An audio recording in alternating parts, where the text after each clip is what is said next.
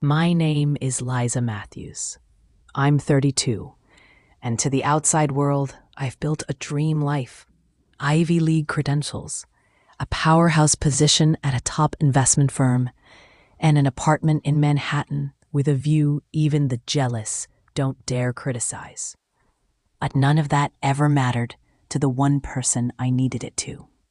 You see, every year, when June rolls around and the calendar circles back to the Matthews family reunion, I feel it, this dull tightening in my chest, like a warning siren from deep within that says, brace yourself. Because Father's Day doesn't just bring tie-shaped cakes and phone calls in our house. It brings the return of Richard Matthews, real estate mogul, self-made millionaire, the man who signs deals with a handshake and dismantles confidence with a single look. And also, my father, technically. This year, I did something I swore I never would. I bought him a car. Not just a car, a brand new black Mercedes S-Class. Custom interior, all the bells and whistles I once heard him gushing about to a country club friend. It cost me almost a year's salary, and it wasn't about impressing anyone. It was a Hail Mary, a peace offering, a desperate, glittering gift wrapped in the quiet hope that maybe finally he'd look at me with something close to pride. But what I didn't know, what was sitting quietly in my purse between lipsticks and credit cards, with a sealed DNA test, one that whispered a truth big enough to shake the walls I was raised in, a truth I hadn't decided what to do with. Not yet. Growing up in the glossed-over suburbs of Boston, we were the picture-perfect family. All sharp Christmas cards and charity galas, political fundraisers in our living room, and vacation homes on the Cape. But underneath, that veneer cracked early.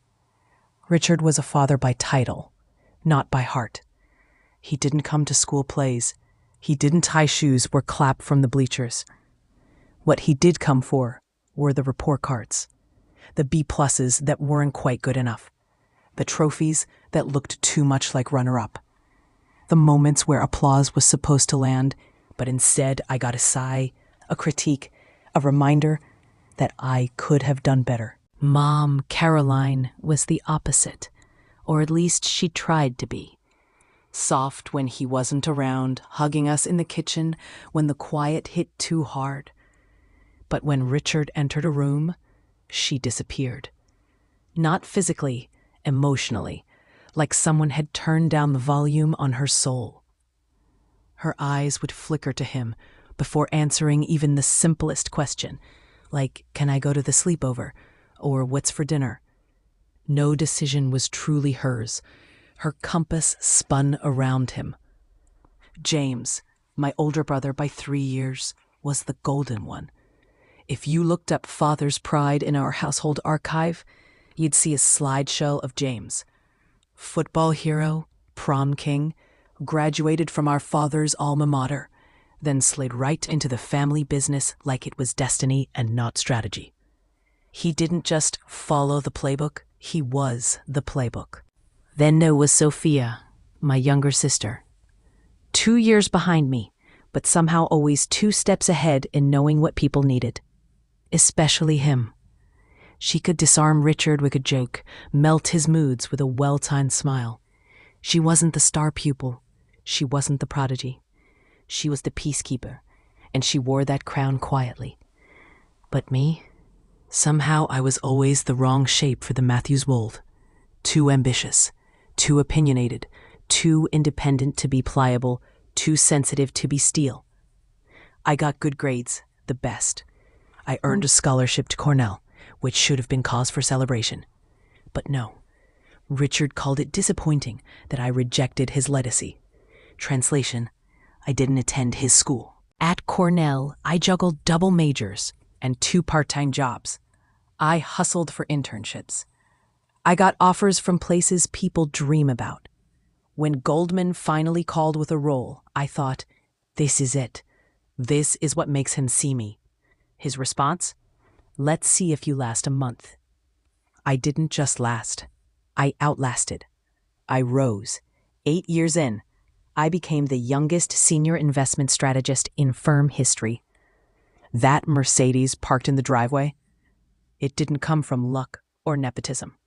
It came from blood, sweat, late nights, and doing the job twice as well just to be taken half as seriously. So why buy it for him? Because somewhere, deep down, there's still a little girl wishing her dad saw her as someone worth showing off. Pathetic? Maybe. But honest? Entirely. Liza knew exactly the kind of storm she was walking into. Sharp suits, polite tension, the champagne smiles of people who only acknowledged pain if it came wrapped in linen and marinated in silence. The annual Matthews family reunion was less of a gathering, more of a ritual. Every last weekend in June, it rolled around like clockwork. Fancy lawn seating, name cards, the illusion of picture-perfect family unity. Conveniently timed just after Father's Day. This year, Liza didn't just intend to show up. She intended to be seen. And to do that, she brought something impossible to ignore. A $120,000 sleek black Mercedes S-Class. Custom trim, luxurious leather, tech that practically whispered, "I've made it." She'd remembered her father admiring one a few months prior while shaking hands with some local mogul at the country club. That small moment, that fleeting glimpse of concealed envy, had stuck in her mind like a post-it she couldn't remove. So she bought one, for him, as a gift, a gesture, a final swing at the moving target of his approval. A part of her believed, truly believed, that this would be it. The moment she stepped out in the shadows. The moment her name would be spoken with pride, not polite avoidance. But what she didn't expect was how quickly it would all turn to smoke. She arrived a day early, just like she'd planned, hoping to have a quiet, one-on-one moment to present the car before the show began. No siblings, no crowds, just her and him and one last chance. Carolyn, her mother, was safely out at her precious garden club. Convenient. Liza pulled into the long manicured driveway, nerves buzzing like an electrical wire under her skin. When Richard opened the door, he didn't even say hello. "You're early, the reunion's tomorrow." He checked his watch, like she'd shown up late to a board meeting. Liza forced a small smile and held out the tiny black box.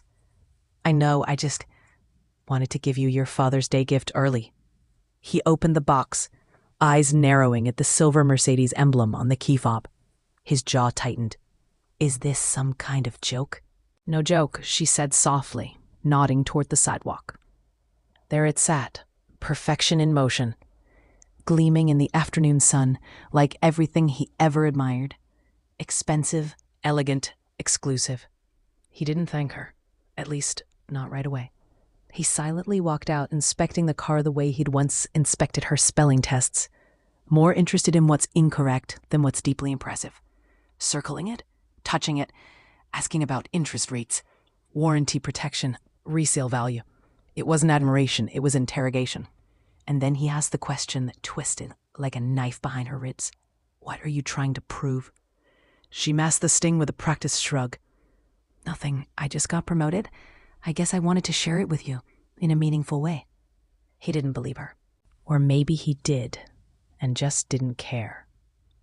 After a quick test drive where he still found flaws in the German engineering, he parked the car in the garage, not the driveway, where no one would see it, like he was tucking it away before they could spot who had gifted it. His final verdict? A generous waste of money. You must be doing well to afford showing off. Back at her hotel, Liza stared out at the Boston skyline, glass of wine in one hand, phone in the other, heart cracked but not broken.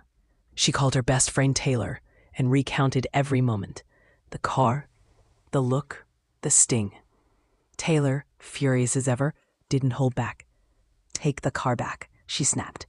"He doesn't deserve it. He never did." Liza didn't answer right away because she wanted him to deserve it so badly that even now, after that frosty encounter, some part of her still hoped things might finally turn a corner at the reunion dinner. "You're not seriously thinking about showing him that envelope, are you?" Taylor asked, voice dropping. The envelope. The one tucked carefully in her purse. The one that read, in sterile clinical language, that Richard Matthews was not her biological father. It wasn't scandal. It was science. And Liza had kept it sealed, still unread by anyone but her. "I'm not going to," Liza whispered. "I promised." What she didn't say, the part that echoed in the silence after the call ended, was this: "Unless he gives me a reason." The morning of the reunion arrived with perfect weather. The kind of June day people write sonnets about.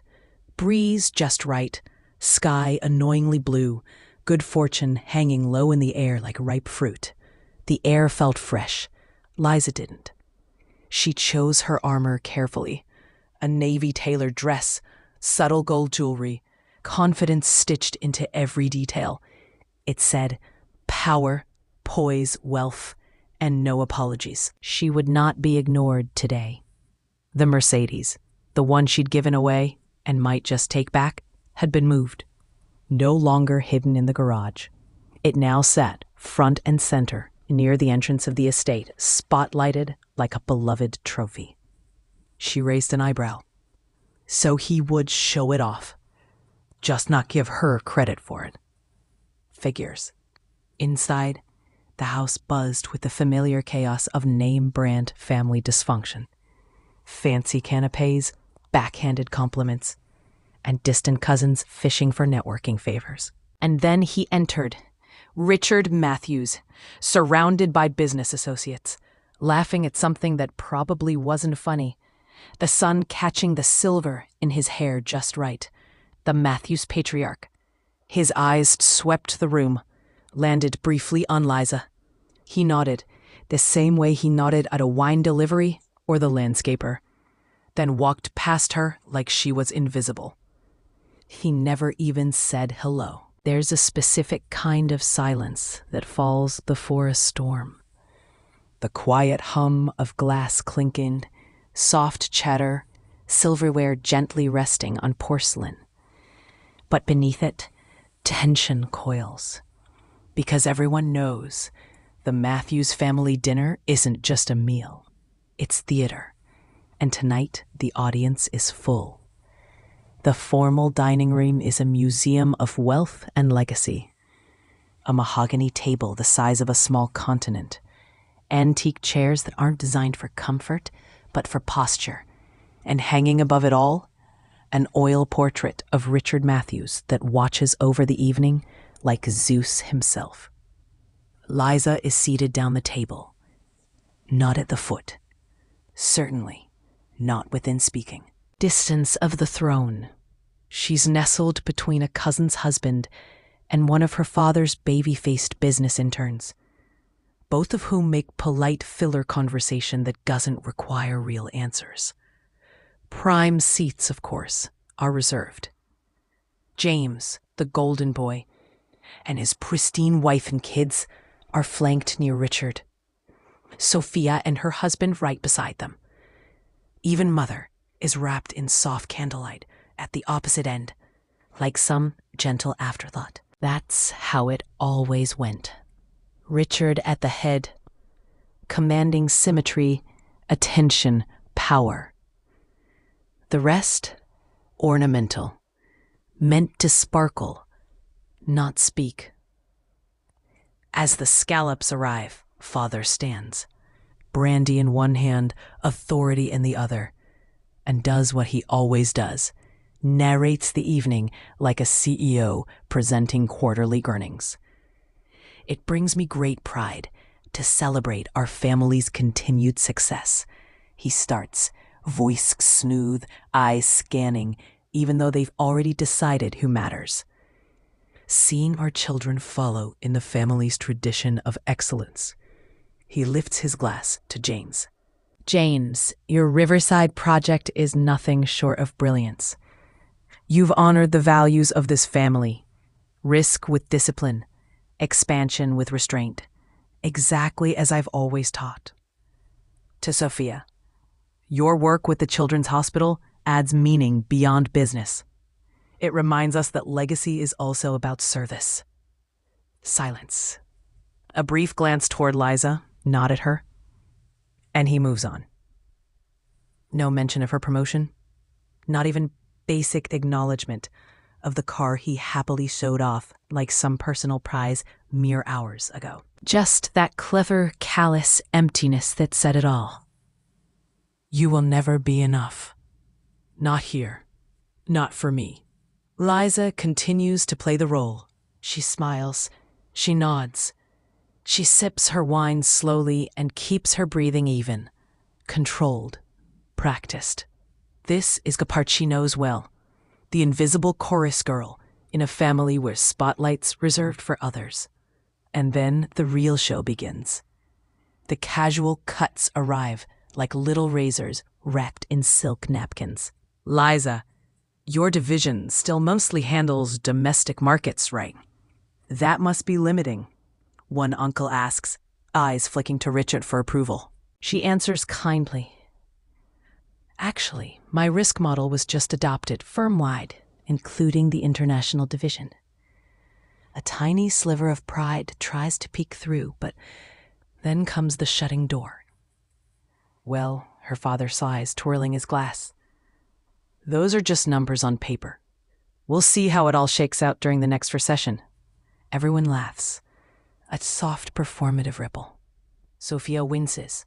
Liza keeps her smile up. By the mains, Richard is casually reciting how family success only thrives through loyalty, through blood, through tradition. And then he drops it. Some people mistake success for rebellion, he says loud enough for multiple tables to take note. But real achievement, it's about building something that lasts, something that bears your name proudly. Then he raises his glass to James again, and to Sophia. Again, nothing for her, not even her name. It's not the first time he's done this. But this time, it doesn't sting the same way. It burns. And there's a difference between pain and fury. That envelope, the one Liza had tucked into her purse like some loaded weapon, now feels like a key. Not to burn down the house, but to finally walk out of it. The tension wraps tighter around the table like a corset as the dessert is served. And just as things are winding down like always does, posturing complete, speech incoming, Richard stands up again. Before we move to the garden for the family photo, a few final thoughts. This time, his words come soaked in whiskey and self-importance.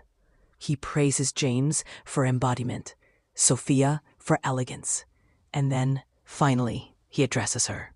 Almost. Not quite. Some measure success by titles and salaries. Let's be honest.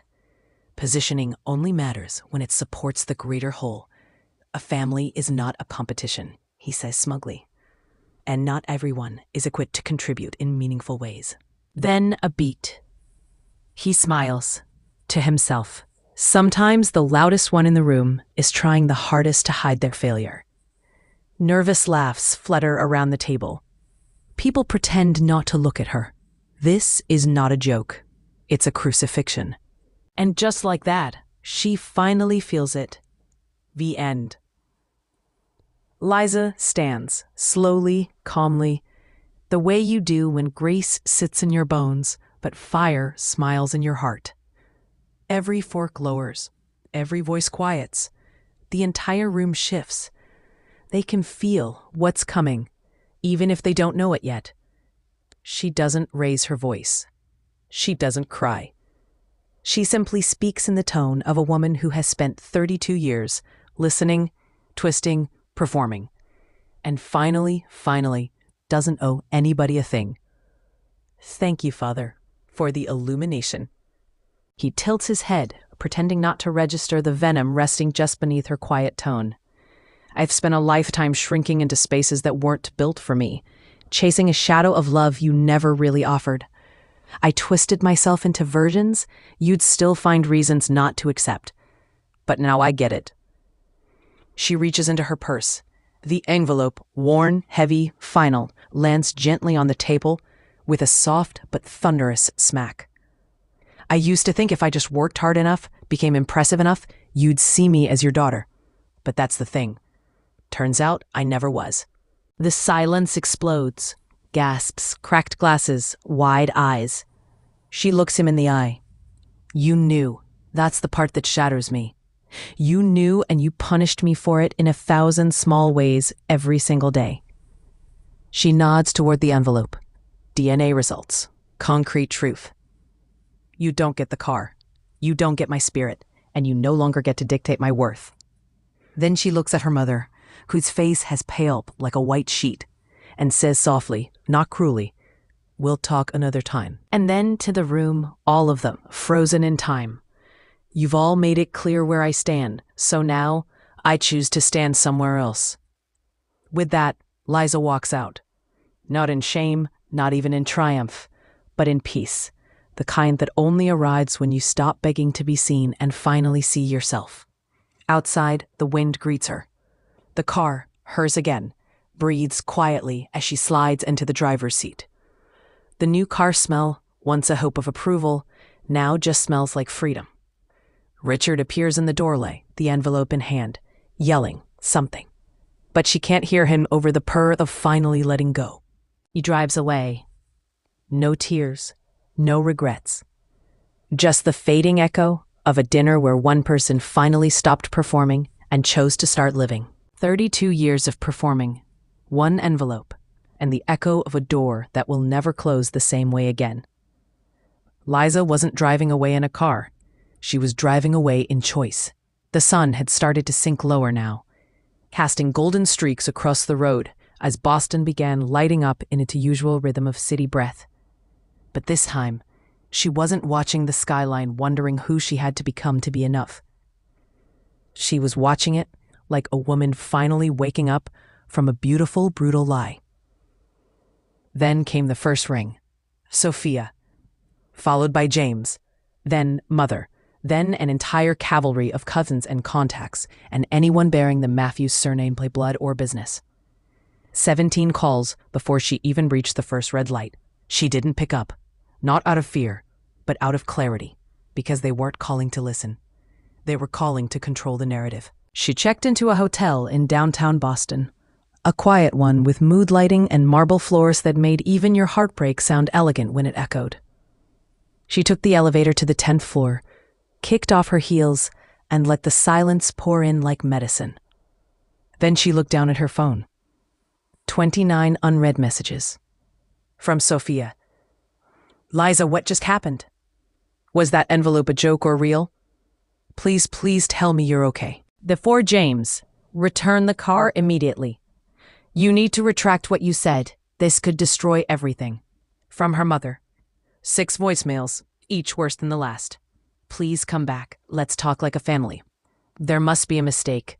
We can work through this, sweetheart. Don't make this public. I was young, I didn't know how to tell you. The broken logic of well-meaning cowardice.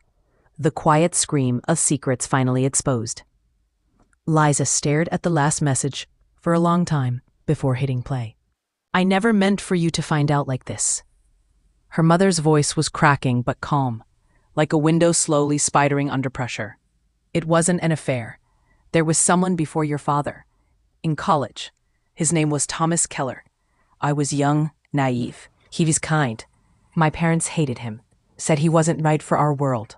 By the time I found out I was pregnant, Thomas was gone, and your father, Richard, offered to marry me anyway. Liza closed her eyes. It didn't hurt, exactly. It explained. I think Richard meant well, at first. But once you were born, you have that look, Liza, that thoughtful expression. Thomas's curiosity, his eyes, and your father could never forget. One beat of silence. Then, please don't shut me out. Let's talk. Does this. You deserve to know everything. Click. Liza didn't move. She sat there, the quiet wrapping around her like a weighted blanket stitched from memories that suddenly made unbearable sense. By morning, the leak had spread. She got an email from Richard's lawyer. Not from him, from his representative. It used big capital letter words and legal phrases designed to sound scarier than they were. Things like liable, defamatory, and unauthorized removal of gifted property. All of it pretending what had happened wasn't truth, but tantrum. Liza read the whole thing with a sip of espresso and left. Because of course. Of course he was more concerned about ownership of a car than ownership of his cruelty. Then came the email that shook her more than any lawyer's letter could. From Thomas Keller. Subject, I had no idea. Dear Liza, I read your message 3 times before responding. First, with disbelief, then with confusion, and finally, mourning. Mourning the 3 decades I never knew someone like you existed. I would never have walked away if I'd known. Your mother and I, we were young, yes, but I cared for her deeply. And you, I look at your accomplishments and feel overwhelmed by the thought that you're my daughter. I don't expect anything from you. I don't want to intrude or try to replace anyone. But if you're willing, I'll be in New York next month for a conference. Maybe we could meet. Face-to-face, coffee. No pressure, just time to talk. From one analyst to another. Liza stared at her screen, every part of her resisting the tears that wanted to fall, because this man she'd never met, this stranger who might be more father than the one who raised her, was the only person who wasn't trying to spin the truth. He just let it be. She called Sophia. Sophia had been quiet until then, keeping her distance, caught somewhere between sister and peacekeeper. But when she picked up, her voice cracked like a cracked chandelier. He's unraveling, Sophia whispered from across the line. Dad, he's furious. He keeps yelling about betrayal and legacy and lawyers. James is ready to burn all bridges. But, Mom, she paused. See, Mom's changed. She hasn't stopped crying since. She won't come out of her room. I think she's finally feeling it all. Liza didn't respond. She just breathed. Then, softly, he knew, didn't he? Another pause. Then Sophia, finally saying the thing Liza had been screaming inside herself for years. Yeah, I think he always knew. And every time he looked at you, he saw the truth staring back. It wasn't your failure he punished, Liza. It was your existence. In that moment, everything rearranged. Pain didn't disappear, but it found form. Questions didn't stop, but they stopped owning her. Hay's story wasn't a tragedy. It was a revolution. What came next wouldn't be measured in guilt or revenge or shame. It would be measured in choice. The city felt colder that day.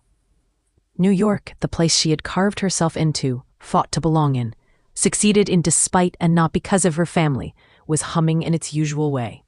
Cabs flying. People talking to nobody in AirPods. Skyscrapers pressing against the sky, like ambition taking form. But inside Liza, a stillness. Not nervousness, not quite excitement. Just an awareness that everything she thought was solid had quite literally rearranged itself in her bones. Today, she was meeting him. Thomas Keller, her biological father. The man who didn't know she existed.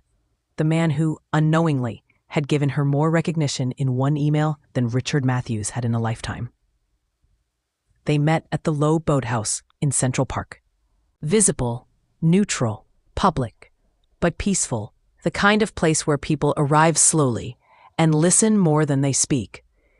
Liza got there first, coffee in hand, back straight. The envelope tucked safely away, not because she planned to need it, but because it had come to symbolize something much bigger than DNA. It was a reminder.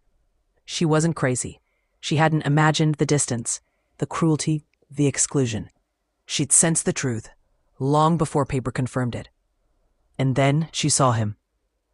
He didn't look like she imagined. He felt familiar before he even opened his mouth, like certain angles of his face had lived in her mirror longer than she realized. His eyes were kind, searching, his movements uncertain, but full of intention. "Liza," he asked, like he wasn't sure what she'd want from him. She smiled, just enough. "Hi," she said. "Thanks for coming." The first 5 minutes were awkward. How could they not be? They were ghosts in each other's timelines suddenly made real. But then something strange happened. They started to talk. About markets, about analytics, about books. About how both of them tend to pause 3 seconds before answering hard questions. About the way they cross their arms when thinking. Something apparently genetic. Thomas didn't ask questions like, "Why didn't your mother tell me?" or "What happens now?" He asked, "How have you been? What was your childhood like? Do you like what you do?" He didn't comment on her apartment, or her firm, or her title.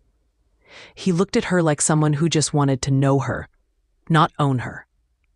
Liza had never realized how deeply her body had craved that space until now. Hours passed without realizing.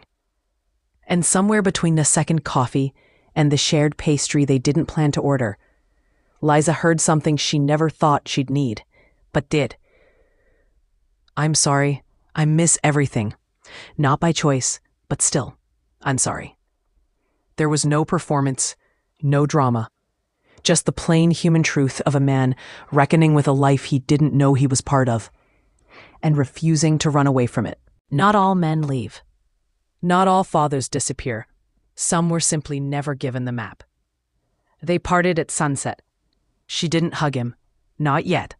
But she didn't have to. The connection had been made. And this time, nothing about it was forced. As she walked back to her apartment, the sounds of the city didn't feel so loud. She didn't feel so small. Her reflection in glass storefronts didn't blink back, asking if she was enough. She already knew. Back in Boston, silence had turned into something else, damage control. Sophia kept updating her Instats, evening calls with wine and honesty and a closeness they'd never allowed themselves before. "Jane's is still threatening to sue," she said one night, exhaustion in her voice. "For a gift? Good luck with that," Liza replied dryly. "I have the receipts." Literally. "What about Mom?" Sophia softened. "She's not the same, and I don't think that's a bad thing." Liza didn't want revenge. She wanted restoration. But that kind of healing doesn't come from others. It starts from somewhere far deeper. The first time you realize that your truth doesn't need permission to exist. A week later, her mother called again. This time, it wasn't broken or desperate. Just a woman, finally ready to speak without scripts. "Can we meet?" she asked gently. "Not with him, just us." Liza agreed. They met at a quiet bistro, the kind with soft bread and softer lighting. And for the first time in her life, her mother didn't wear pearls or powdered shame. She wore truth. She told Liza everything. About Thomas, about the baby she hadn't planned for, the pressure to leave him, the pressure to marry up. The fairy tale gone off script. "I thought marrying Richard would fix everything," her mother admitted, tears clinging to her lashes. "It didn't. It just taught me how to bury parts of myself to survive. And eventually, that included you." Those words hurt, but they also freed something. Because buried truth doesn't go away. It festers. This was sunlight. They sat for hours. No raised voices, just raised awareness. Apologies that didn't come with expectation. Just honesty. And in that quiet corner of the city, Liza realized something she hadn't dared to name before. She had always been loved, just not always well. Later that night, her phone pinged. It was Thomas, a gentle message. "No pressure, but if it's okay, I'd like to email you sometimes. Maybe keep in touch. I'd love to hear about your next project. Maybe someday I'd even meet my grandkids, if that's on the cards." She smiled. Not because she needed another father, but because she finally had room for real connection, without conditions. She replied, "Yes, I'd like that too." It had been 6 months since everything detonated. 6 months since the family portrait shattered and the Matthews name lost its shine in her eyes. But strangely, on this winter morning, as snow flurried across the glass of her Manhattan apartment, Liza didn't feel hollow. She felt steady. The kind of quiet that didn't come from suppression or survival, but resolution. The kind that lets you walk into rooms you used to shrink in. And this week, she was walking into one more. Thanksgiving. But not at the estate. Not under Richard's roof. Not on the old mahogany altar where she'd spent years being sacrificed on the table of impossible expectations. Something new was happening. Sophia was hosting this year, in her own home, with less pressure. No business associates. No marble speeches or brandy-fueled toast to the futures of our bloodline. Just family that mattered. And for the first time, Liza said yes. The flight back to Boston felt different this time. No knots, no prepping small talk like armor, no scanning the weather, hoping for delays to avoid the inevitable tension. Liza knew exactly what she was walking toward, and more importantly, what she refused to walk back into. Sophia greeted her at the door, still wearing an apron, hair tied with a ribbon that looked more sibling than suburban. There were smells of cinnamon and roasted vegetables, laughter in the background, and none of it felt fake. Liza stepped inside, and the warmth hit her like a balm. Kids ran by carrying crayons, a golden retriever barked, someone spilled apple cider. Dignity stayed intact. There was chaos, but it was kind chaos. Not curated, just real. Sophia pulled her into a long, tight hug. "You came," she whispered. "I did," Liza smiled. No one threatened legal action this time. They both laughed, the kind of laugh that says we've walked through it together. Over dinner, Liza watched the people around her. No scripts, just comfort. No one asked if she was dating anyone appropriate. No one compared her job title. No one, for once, tried to make her feel like her seat had been borrowed. Then came the toast. Sophia raised her glass. Not like an heiress, not like a peacemaker, but like a woman stepping into her own light. "To family," she said. "The kind that shows up, that learns, that listens." And then she glanced at Liza. "To the people we choose and the people who choose us back. Blood isn't automatic loyalty. That love, when you don't owe it but give it anyway, that's everything." Liza blinked hard, trying to keep her mascara in place. This wasn't just about feeling. It was about home. Finally earned, not endured. Later that night, after dessert and dishes and movies on low volume, Sophia handed Liza her coat. "Mom called earlier," she said quietly. Liza nodded. "She said she's proud of you." Sophia continued. "She wanted to come, but said she's not ready to face what she broke." "That's okay," Liza said. And this time, she meant it. Some people take longer. Some never arrive. And that's not your fault. When Liza returned to her hotel room, her phone buzzed again. An email from Thomas. Subject, "Just checking in. Hope your holiday was filled with more pie than politics. I actually drove by Cornell last week when I was in upstate New York for a keynote. Thought of you. Wondered how different life would have been if I'd known. But mostly, I'm just grateful I know you now. Let me know next time you're back in the city. No reasons needed. Just coffee, or company, or whatever kind of silence you prefer." T. She typed back. "Coffee sounds good. Silence too. Happy Thanksgiving. Dad." And then she froze, reading it back. The way it read, "Dad."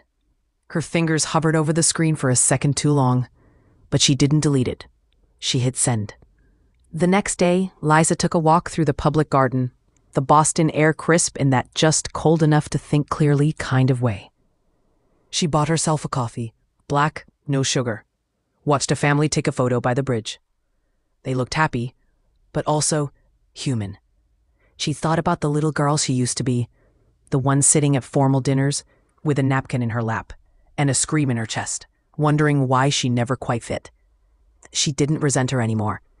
She just wanted to hold her hand and say, it wasn't you. You weren't invisible. You were undefeated. The Mercedes, she sold it. Put the money into her own investments, like she should have in the first place. Something quiet, long-term, something hers. No more gifts meant to buy love. Now, everything she gave, time, energy, kindness, commitment, had to be earned. This table doesn't seat just anyone anymore. Sometimes the loudest parts of your story aren't the moments that explode. Not the DNA tests, not the confrontations, not even the exits. Sometimes the most powerful chapter is quiet. It's the moment you wake up in your own apartment, sunlight cutting through the blinds, and reach for your phone, not out of anxiety, but habit. No panic, no damage control. Just another day that's totally yours to decide. 6 months after Thanksgiving, a package arrives at Liza's office. It's a slim envelope, no return name, but she knows the handwriting. It's carefully neat, almost overly formal. Inside, one worn photograph. A girl, age 3, holding a pinwheel in front of the public garden statues. Her hair is thick and wild. Her eyes, Eliza's eyes, squinting in the sun. There's a small note beneath it, written in the same handwriting. You've always belonged to yourself first. Thank you for finally believing it too. Mom. Liza tucks the picture into her desk drawer, not out of shame, but protection. It's a piece of her truth. And not everyone gets access to those parts of her anymore. Her job is going well. Nothing to prove now. She still shows up with the same drive, the same fire, but now it's fueled by joy, not wounds. There's a lightness in her ideas. Colleagues notice. Clients listen differently. When she speaks in meetings, she no longer watches how other people react to decide her worth. She already knows. Sophia visits soon after, bringing her kids for their first real train ride to the city. They run barefoot through Liza's apartment, knocking over couch pillows and asking what IPOs are. Liza bakes with them. She's terrible at it. But she laughs harder that day than she has in months. They don't care about who's related to who. Just that she plays freeze tag in the hallway. That she listens. That she loves them loudly. Later that night, Sophia says, James hasn't changed much. Liza just smiles. Then I'm not missing anything. Contentment doesn't always come with closure. Sometimes it comes with acceptance. Some people will only ever love you through the lens of their own limits, and that's not on you. A few weeks later, Thomas visits New York again. He joins her for lunch, this time without awkward silences or emotional disclaimers. Just two people building a connection, slowly, unhurried, real. They talk about a potential investment opportunity. She explains it in detail, watching the way he nods, fully engaged. And to think, he says over coffee, I probably missed your first words, first steps, first everything. But here you are, teaching me something anyway. She smiles. Maybe life doesn't always give you the full picture, but sometimes it gives you a second frame and lets you start again. Months pass. Seasons change without drama. Liza still works hard, still wakes up early, still finishes phone calls with long, deep breaths. The difference? Now her value isn't hanging like bait above some invisible trapdoor. She's not earning her right to exist anymore. She's exploring it, expanding it. One night, as spring melts into summer, she walks the city without a destination. Just her, the version of herself that isn't polished for performance, not chasing applause, not waiting for approval, just walking free. She passes a bookstore. The title in the window catches her eye. You are not the version they wrote for you. She stares at it like it's a mirror. Funny how long it took her to learn that. She sits on a nearby bench, the kind without design or pretense, and writes herself a note on her phone. Not for Instagram, not for anyone else's eyes, just for her. You are not who they didn't see. You are not the child who couldn't be loved right. You are not their shame or their denial or their silence. You are your own story now. And your name echoes differently now. Not in his voice, in yours. Because the legacy Liza once ran from, she no longer needs to rewrite it. She's writing something entirely new, where strength isn't silence, love isn't earned, and worth doesn't come with conditions. Final words from Liza. You don't need a DNA test to tell you who you are. You know it. You feel it in your gut. You are enough, even when they couldn't see it, especially when they wouldn't say it. And if no one ever says it again, say it to yourself. Say it louder. Say it like it's law. Because it is. Thank you for watching Liza reclaim her narrative. If you felt this in your bones, share it with someone who still needs to walk away from those who never deserved their silence. Because sometimes the bravest thing you'll ever do is stop performing and start living.